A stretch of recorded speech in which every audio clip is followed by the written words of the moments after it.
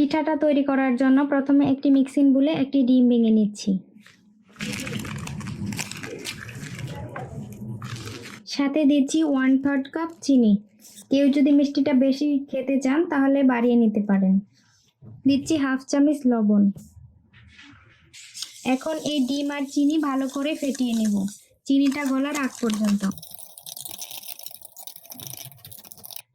ডিম আর চিনি ভালো করে মিশে গিয়েছে, দেখতেই পাচ্ছেন। এই পর্যায়ে দিয়ে দিব 1.5 কাপ আটা।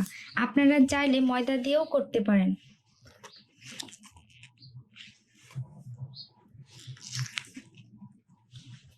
দিচ্ছি 1 টেবিল চামচ কালো জিরা আর দিচ্ছি 1 টেবিল চামচ সয়াবিন তেল। এখন এই সবগুলো উপকরণ একসঙ্গে ভালো করে হাত দিয়ে মিশিয়ে নেব। এখানে যতটুকু আটা নিয়েছি পানির কোনো প্রয়োজন হবে না। এই ডিমের মিশ্রণ দিয়েই এই গোলাটা তৈরি হয়ে যাবে। খুব বেশি নরমও না, খুব বেশি শক্তও না, সফট একটি ডো তৈরি করে নেব। একটি সফট ডো তৈরি করে নিয়েছি। এখন এই ডোটাকে 2 ভাগ করে নেব রুটি বেলার সুবিধার্থে। একটি ভাগ দিয়ে রুটি তৈরি করে নেব। রুটিটা বেশি পাতলা করব না, একটু মোটা হবে। বেলার সুবিধার্থে একটু আটা ছিটিয়ে দিয়েছি।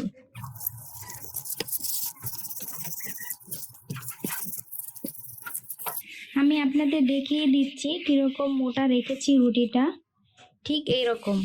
এখন একটি স্টিলের গ্লাসের সাহায্যে পিঠার শেপ দিয়ে দিচ্ছি। আপনারা চাইলে যে কোনো বয়মের মুখ দিয়েও বা কুকি কাটার দিয়েও এই শেপটা দিতে পারেন। এখন আমি পিঠার শেপ দিয়ে নিব। আপনারা আপনাদের পছন্দ মতো মোটা অথবা পাতলা করতে পারেন। এভাবে করে সবগুলি পিঠা বানিয়ে নিব। সবগুলি পিঠা একইভাবে তৈরি করে নিয়েছি। এখন পিঠাগুলি ভেজে নিব। চুলায় একটি প্যান বসিয়ে পর্যাপ্ত পরিমাণ তেল দিয়ে গরম করে নিয়েছি। এখন এই গরম তেলে একে একে পিঠাগুলি দিয়ে দিচ্ছি।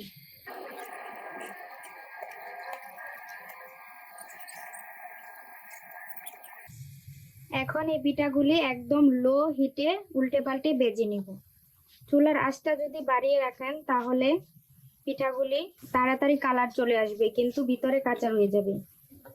একটু সময় নিয়ে পিঠাগুলি আস্তে আস্তে ভাজতে হবে। পিঠাগুলি উল্টে পাল্টে ভেজে নিয়েছি, লাল লাল কালার চলে এসেছে। এখন উঠিয়ে নিচ্ছি। এভাবে করে সবগুলি পিঠা ভেজে নেব। সবগুলি পিঠা লাল লাল করে ভেজে নিয়েছি। একটি পিঠা ভেঙে দেখিয়ে দিচ্ছি ভেতরটা কেমন হয়েছে। দেখতেই পাচ্ছেন খুবই মুচমুচে হয়েছে। আপনারা চাইলে এই পিঠাটা 1 মাস সংরক্ষণ করে খেতে পারবেন কোনো একটি এয়ারটাইট বক্সে ভরে।